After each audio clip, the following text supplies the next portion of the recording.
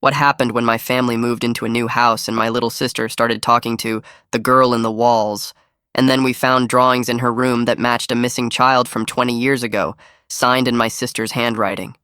We moved into the house on a cold Sunday morning, the kind of day where the clouds feel too low, like they're watching you unload boxes. It wasn't new, none of the houses on that street were, but it was ours. A white two-story thing with chipped blue shutters and a creaky front porch that leaned a little too far forward. My parents called it a fixer-upper with character. My little sister Lily called it the Whisper House. She was 6. At that age, everything was alive to her. Trees, shadows, even the wind. But the way she said the Whisper House made something in my stomach twist. I brushed it off. Kids are weird like that. The first few days were normal enough. We unpacked, argued about where to put the couch, ate pizza off paper plates. Dad fixed the fuse box. Mom complained about the smell in the basement, and Lily spent every spare moment in her new room talking to someone. At first, we thought it was pretend play. Then we realized she was answering questions, pausing, nodding, whispering back. Her name's Anna, she told me one afternoon, crayons spread across the floor. Anna from school? No. She didn't look up. Anna from the walls. The words hit me like a cold breeze. From the what? The walls, she said simply, as if it were obvious. She's sad, but she said I can draw with her. I laughed it off because that's what older brothers do when something scares them. But later that night, when I went upstairs for a charger, I heard her talking again. Only this time it wasn't pretend. There was another voice. Soft, high-pitched, whispering through the wall. I pressed my ear against the drywall. At first, all I heard was a faint hum, like the house breathing. Then, beneath it, a giggle. 2 giggles. I jerked back. The lights flickered just once. I told myself it was the wiring. The house was old, drafty, probably full of weird sounds. But that night, Lily slipped a note under my door. In her uneven handwriting, it said, "Anna wants to meet you." The next day, I checked her room while she was at school. Nothing unusual. Stuffed animals on the bed, crayons scattered everywhere, paper taped to the walls. Dozens of drawings. They were all the same. A little girl with long hair, wearing a dress, standing in front of a window, smiling. In every picture, her eyes were shaded black, and in the corner of each drawing, in messy handwriting, was a name, Anna. That night, after dinner, I asked my mom about it. "She's probably talking to herself," Mom said, washing dishes. "You used to do that too, remember?" "Yeah, but my imaginary friends didn't draw back," Mom frowned. "What do you mean? She says Anna draws with her." Mom sighed. "Sweetie, she's 6. Then quietly, almost to herself, she added, "Besides, we don't use that name in this house." I stared at her. "What do you mean?" She froze, soap dripping from her hands. Then she smiled. "Nothing. Forget I said that." That night, I couldn't sleep.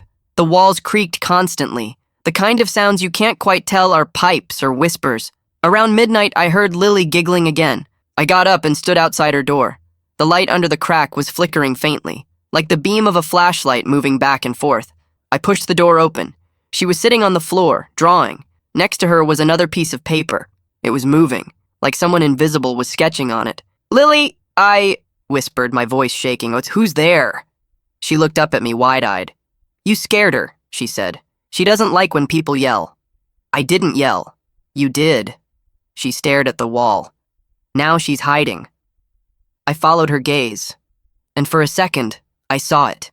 A small shadow slipping between the cracks of the drywall. I turned on every light in the room.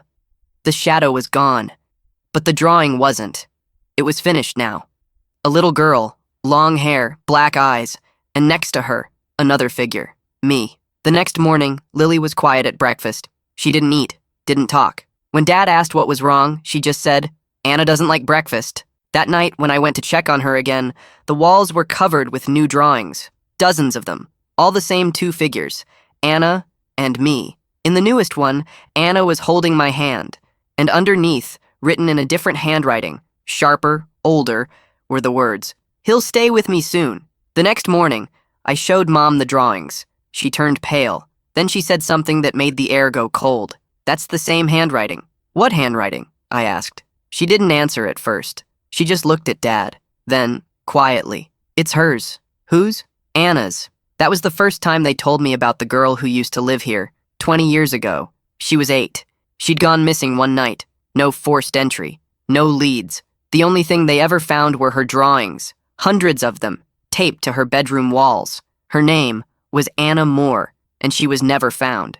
That night, I took the flashlight and went into the crawl space behind Lily's closet. The air was thick, dusty, stale. Cobwebs hung from the beams like curtains.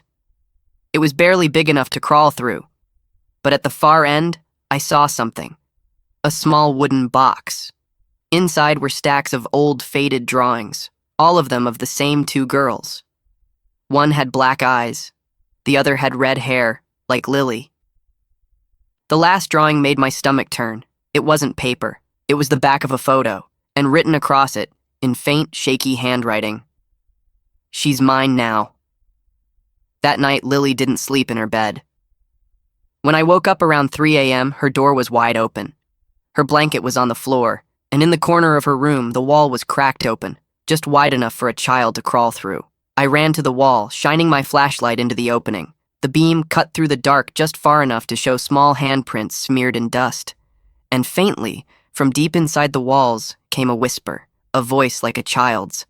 "Don't worry, she's not alone anymore." The police came the next morning. There were flashlights, dogs, officers sweeping through the yard, through the woods behind the property. My parents looked broken, my mom clutching her robe, her eyes glassy, my dad pacing and muttering, "She has to be here," like a prayer. They searched for hours. No footprints, no forced entry, no signs of struggle. Just the small hole in the wall behind Lily's bed, too small for an adult to fit through, but big enough for a child.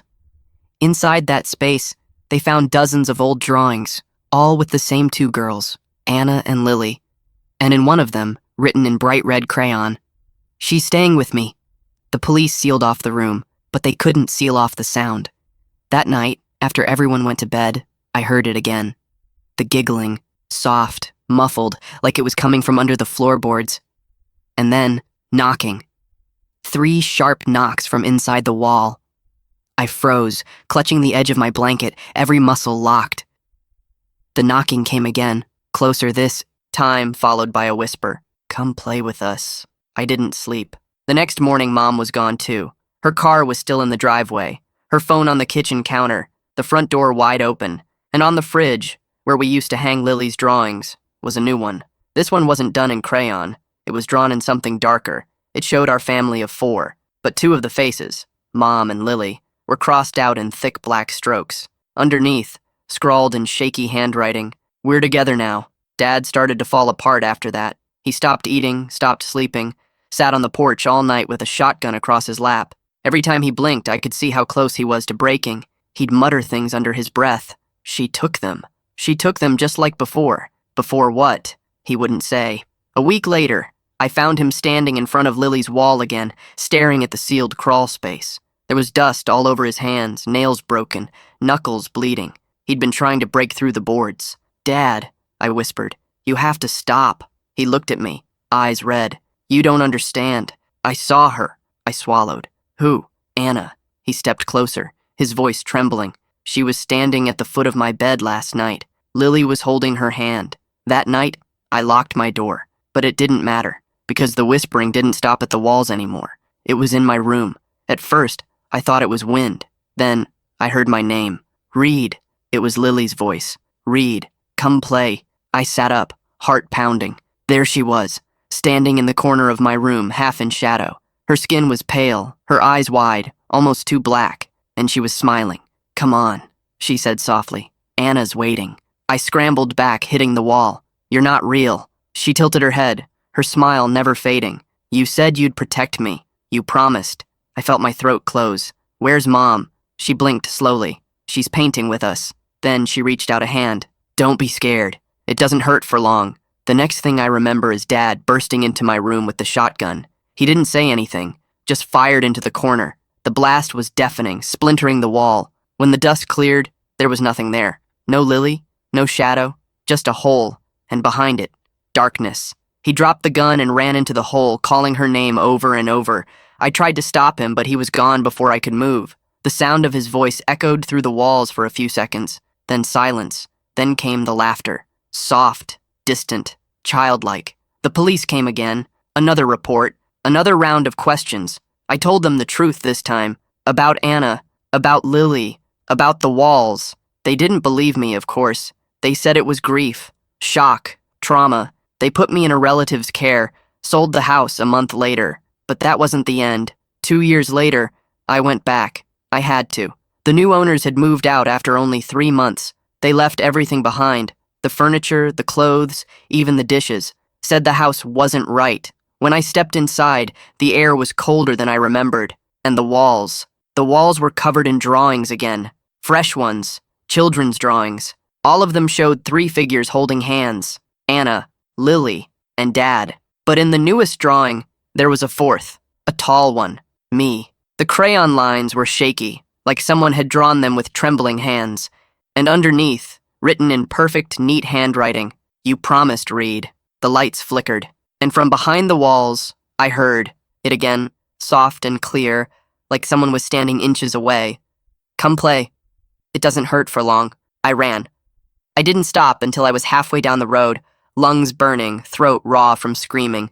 When I finally looked back, I saw her, a small figure standing in the upstairs window, Lily, smiling, her hand pressed against the glass, and beside her, another girl with black eyes and a crooked grin. The next morning, when I checked the local paper, there was a story. The house had burned down overnight, no cause determined, no survivors found, but in the ashes, the firefighters found something strange. A wall, untouched by the fire, covered in crayon drawings that hadn't burned. The final one showed 4 figures, hand in hand, smiling, standing inside a house that was on fire. Beneath it, written in soot, were 3 words. "We're still here. The fire should have ended it." That's what I told myself every time I woke up sweating, every time I heard faint tapping in the walls of my apartment, every time I saw a crayon rolling slowly across the floor with no one around to touch it. But the truth is, the house burned. The thing didn't. 6 months after the fire, I got the first letter. No return address, no postage mark, just my name written in childlike handwriting, Reed. Inside was a single drawing, crayon on yellow paper. It showed a house, the old one, with black smoke curling from its roof. In front of it stood 3 figures holding hands, Lily, Dad, Anna, all smiling. But behind them, drawn faintly in gray pencil, was another figure, taller, faded, half erased, me. I burned the letter. That night I dreamed of the Whisper House. The walls were still cracked, but now something glowed inside them, faint red light, pulsing, alive. I saw my family there too. They weren't ghosts. They weren't human. They were like charcoal sketches, their eyes deep and hollow, their smiles stretched too wide, and from inside the walls, Anna's voice whispered, "You shouldn't have left." When I woke up, the smell of smoke still clung to me. The window in my apartment was open, though I'd locked it the night before, and on my desk was another drawing, this one of me sleeping in my bed, drawn in crayon. In the corner, "We miss you." That's when I decided to find out where the whispers had started. I couldn't go back to that house. There was nothing left but ashes, but maybe someone in the town still remembered. So I drove to Brookhaven, the small town where the house had been built. It was quiet now. Half the storefronts boarded up, but the local librarian remembered the Moore family, Anna's family. Her face went pale when I mentioned the name. "You shouldn't dig into that, son," she said. "That family was cursed." "Cursed how?" She leaned closer, lowering her voice. "Anna's father built that house with wood taken from the old orphanage fire in '61. Said he didn't want the past to be forgotten. But sometimes when you build with memory, the memory starts building back." That night, I stayed at a motel just outside town. I kept the lights on, but at exactly 3:12 a.m., they flickered. The TV turned on by itself, static, white noise, and through it faintly, a voice, Lily's voice. "You're so close. Come home, Reed." The screen flickered again, and for 1 second I saw them, the 3 of them standing in the ashes of the house, Anna smiling in the center, holding my sister's hand. The camera tilted slightly, and behind them, just for an instant, I saw myself, filming. I didn't sleep. In the morning, I went back to the property. The fire department had fenced it off, but most of the debris was gone now. The ground was soft under my feet. the air heavy with the smell of ash and wet earth. At the center of what used to be the living room, something caught the sunlight. I bent down. It was a small tin box, half melted but still intact. Inside, a stack of photos, all the same size, all of the same two girls, Lily and Anna, their faces perfect except the eyes. Every single one of them had their eyes scratched out. At the bottom of the box was a single note, written in the same neat, curved handwriting that haunted my dreams. The walls remember us, but we remember you better. That night, I heard them again. In the motel. Scratching in the walls, faint tapping, the sound of a crayon sliding slowly across the wallpaper. Then, a child's laugh. Found you! The mirror over the sink fogged up on its own, and in the condensation, words appeared. Come home. Draw with us. I packed up and drove straight to my aunt's place 3 towns over. She was the only person left who might remember the house before us. When she opened the door, she went white. Read, she whispered. It's starting again, isn't it? You know about it? She nodded slowly. That house doesn't burn. It rebuilds itself. Every 20 years, someone moves in. A family. A child. Always a child. Then what happens? She looked at me for a long time before she said it. The house remembers them. Until there's no one left outside the walls. Her hands were shaking as she handed me an old photo album. Inside were pictures of the house, but older, 1950s, a different family, different children.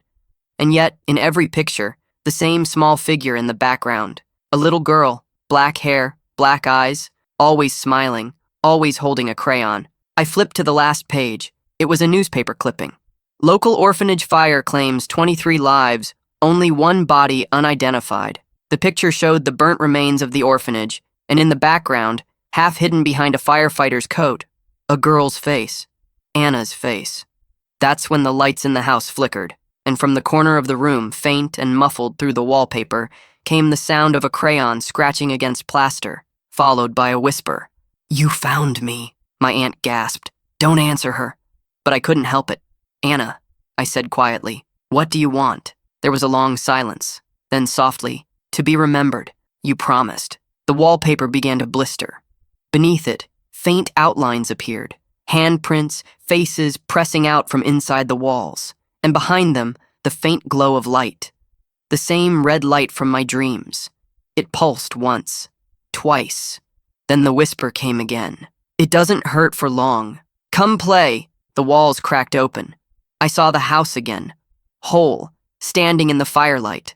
Through the doorway, Lily was smiling, holding out her hand. Behind her, Dad. And between them, Anna. Their eyes were empty now, just black voids reflecting the light of the fire. Please, I whispered, let them go. Anna tilted her head, almost pitying. They already did. You're the only one still trying to leave. I felt the pull then. Not physical, not like gravity, but deeper. Like memory itself was trying to drag me back. The light grew brighter. The air warped. I heard my aunt screaming, but it sounded far away, underwater. Anna reached out her hand through the flame. Come home, Reed. We saved you a wall. Everything went white, then quiet. And when I opened my eyes, I wasn't at my aunt's house anymore. I was standing in my childhood bedroom. The walls were clean. The house was whole. And from downstairs, I heard laughter. Lily's laughter. Dad calling her name. Mom humming softly. It was the house, exactly as it had been before everything went wrong.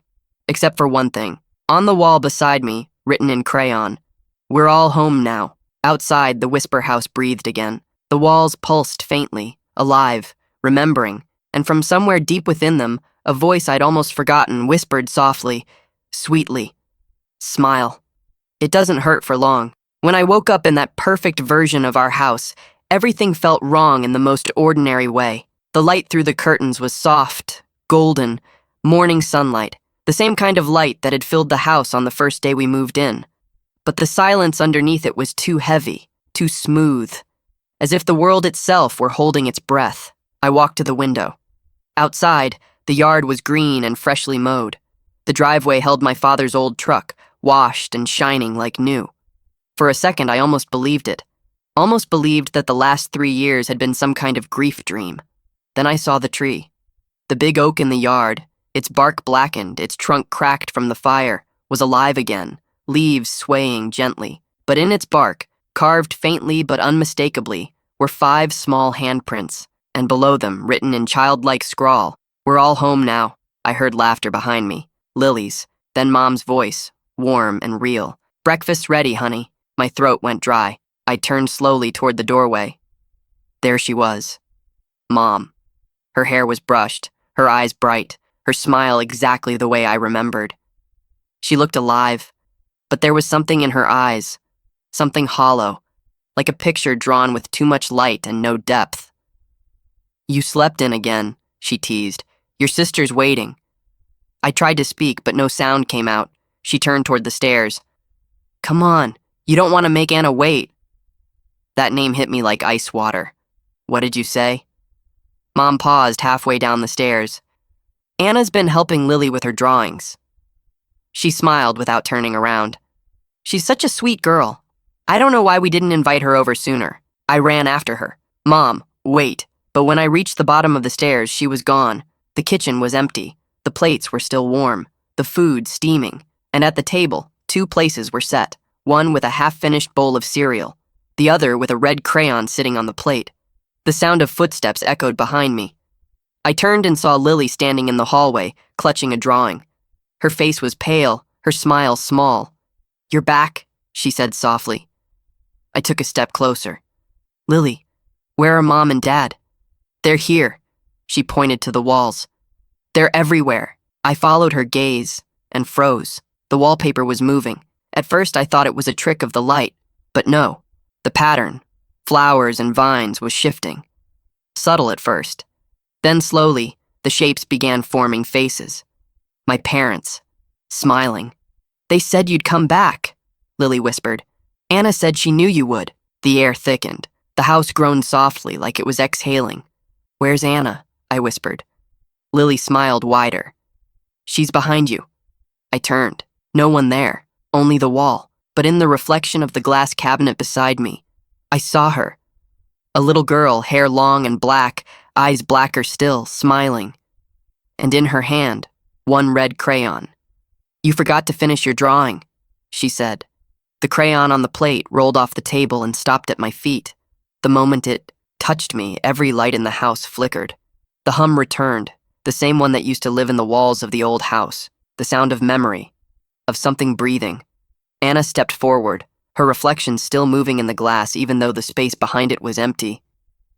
"We've been waiting for you, Reed." I tried to back away, but the floor was sticky under my shoes. I looked down, red wax melting into the tiles. Hundreds of crayons, hundreds of tiny red lines bleeding outward, forming shapes, words, drawings, and in the center, my own face staring back at me. The house began to change. The light dimmed. The wallpaper peeled itself from the walls, curling like burnt paper. Behind it, layer after layer of drawings, thousands of them, some old, faded, others new, still wet. Each one showing the same scene, a family of 4 standing in a burning house, and next to them, drawn darker and taller, Anna, always smiling. Lily tugged my sleeve. She says it's your turn. My turn for what? To stay. She handed me the drawing she'd been holding. It was fresh, drawn in red wax, edges still warm.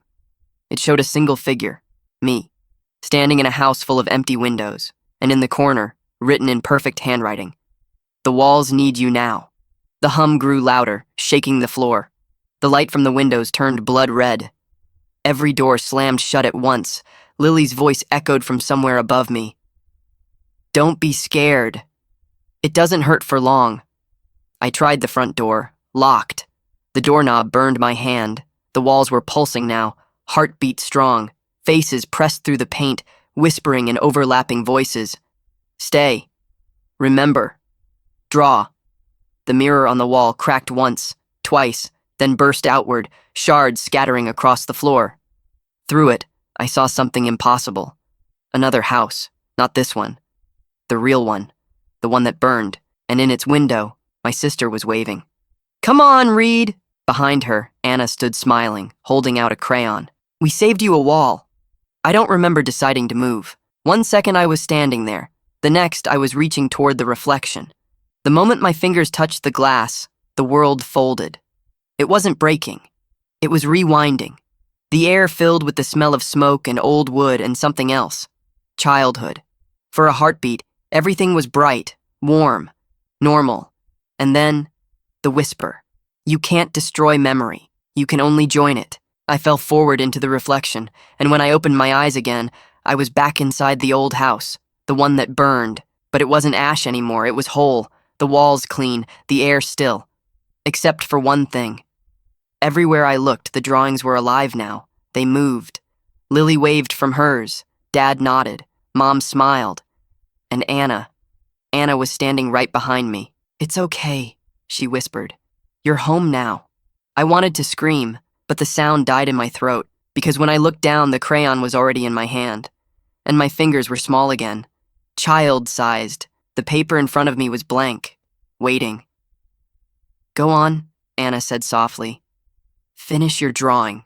I looked up at her. "What happens if I do?" She smiled. "Then you'll never have to leave." I don't know how long I sat there. It could have been hours. Or years. The air inside the house didn't move, but somehow everything kept changing. The walls breathing in slow, rhythmic motions, the light pulsing like a living heartbeat. I stared at the blank sheet in front of me. The red crayon trembled between my fingers, warm as blood. "Draw," Anna whispered behind me. Her voice was soft, coaxing, sweet like sugar hiding the taste of rot. "If you finish, they'll stay happy. They don't want to fade again." The words sank into my chest like hooks. Behind her, Lily giggled. "We're waiting, Reed." Her voice was distant, stretched thin, like she was speaking through water. The sound of crayons scratching paper filled the air, all around me, even though I was the only one holding one. I dropped the crayon and stood up.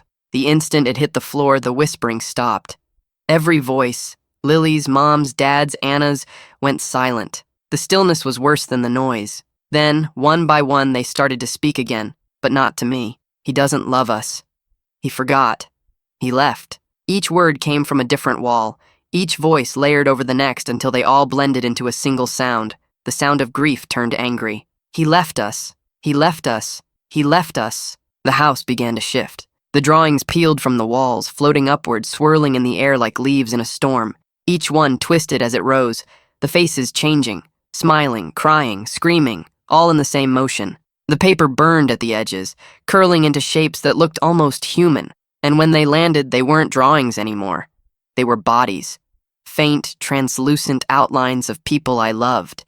Lily, Mom, Dad, even myself. Anna stood at the center of them, watching me. Her hair hung limp, black as soot, her skin gray and cracked like an old photograph. But her eyes were alive. Two pits of shadow burning with light from somewhere that didn't exist. "Why won't you finish it, Reed?" she asked. I tried to back away, but the house moved with me, the floorboards stretching like taffy. "You can't go," she said. "You're part of the story now." Her smile widened, and the walls pulsed. "It's not about living or dying. It's about remembering. And you're the last one left who remembers." I shook my head, my voice breaking. "I don't want to remember. I just want to go home." Her expression softened, almost kind. "This is home. Don't you recognize it?" She waved her hand. The air shimmered. The walls changed again. Now it wasn't the whisper house. It was my old bedroom. Before everything, the posters, the books, the glow of the nightlight shaped like a rocket. And sitting on the floor, drawing with crayons, was Lily. She looked up at me, smiling, whole and alive. "I told you Anna was real." My chest cracked open with grief. "Lily," I whispered, kneeling beside her. She reached out, her small hand warm against mine. For a second, everything felt okay again. Then I noticed her reflection in the window. It wasn't her. It was something older. A woman. Hair long and black, eyes dark, hollow, smiling. "She's using you," I said. Lily's face shifted, her skin flickering like film catching light. Anna's voice came from her mouth. "She isn't using anyone. She's becoming." I stumbled backward as the walls began to melt. The drawing slid down, dripping red and black ink that pooled at my feet. From the puddle, hands began to reach out.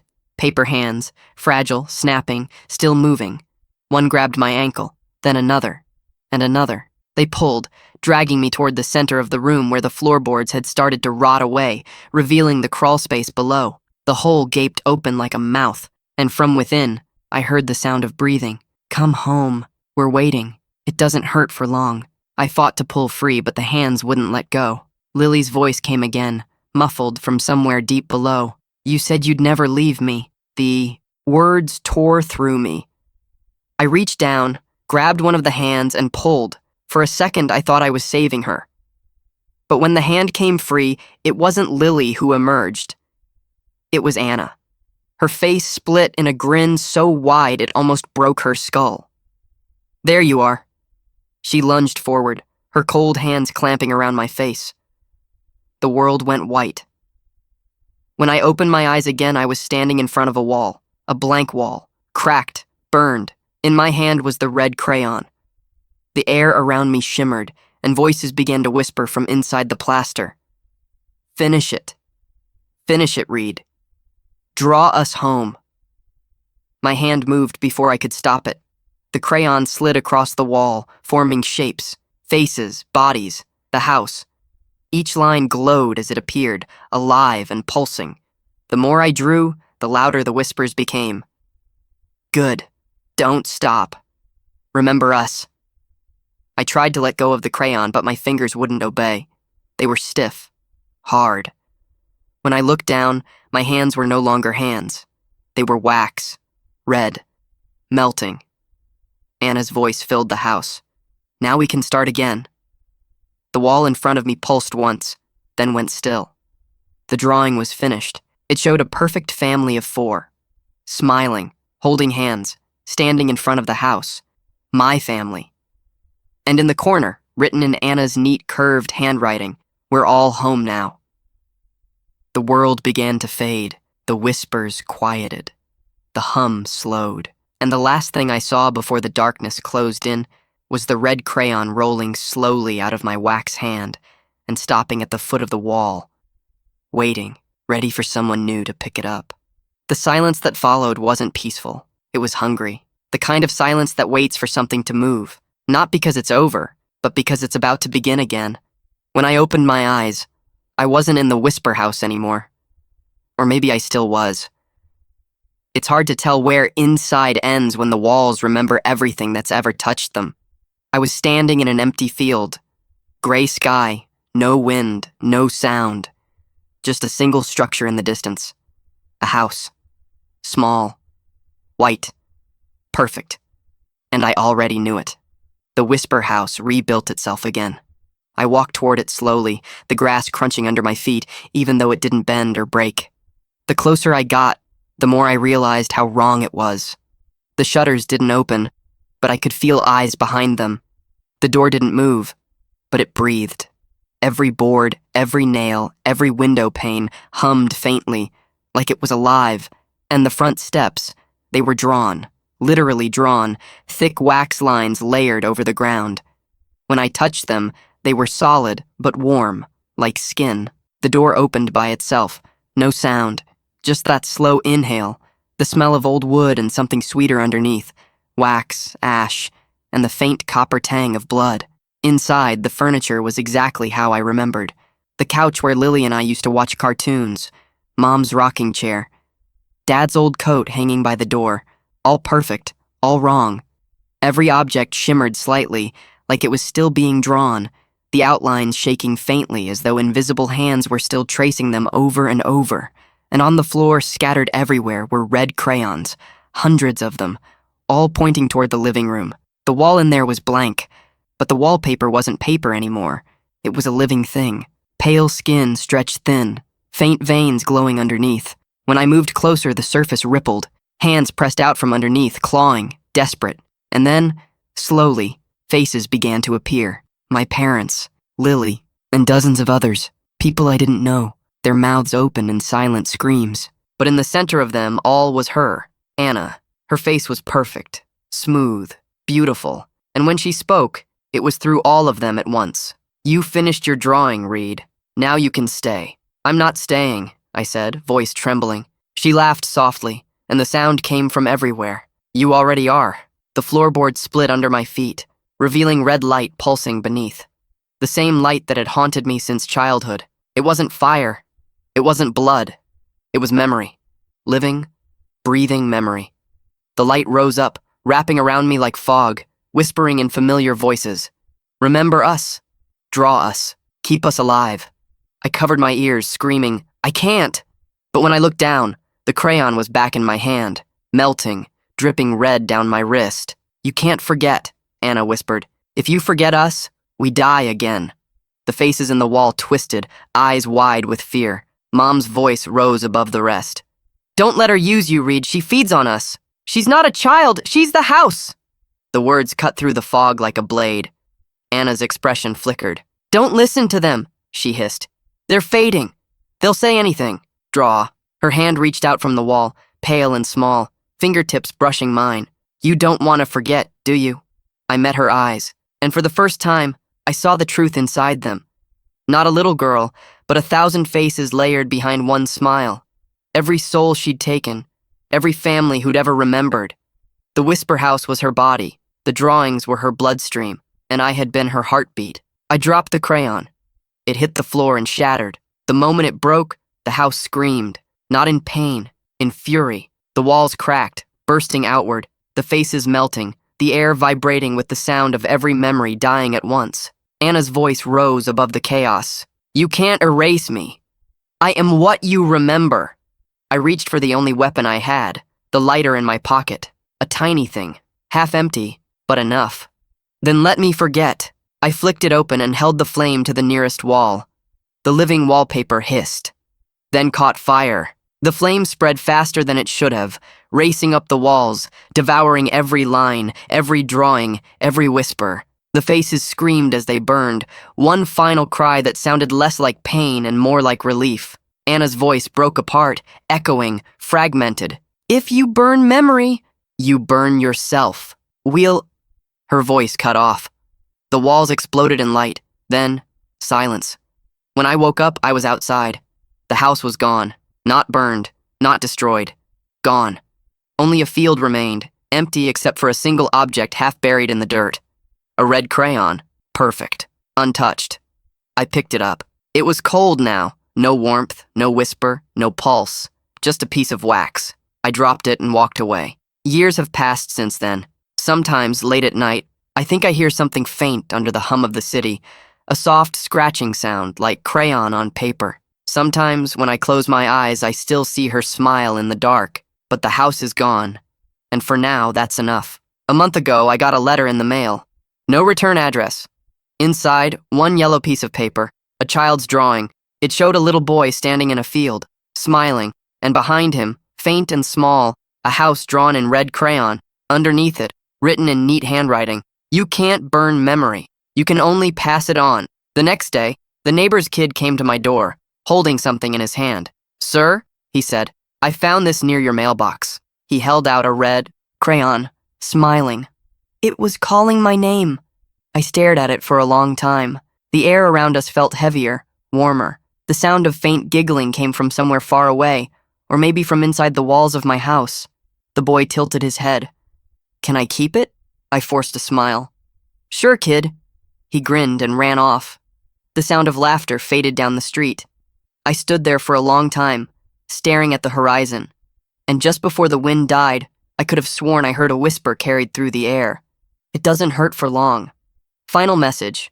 You can't bury a memory that wants to be remembered. You can only hand it to someone else and hope they never listen. Because every house remembers. Every wall hears. And somewhere out there, a little girl with a red crayon is still drawing her next home. The end.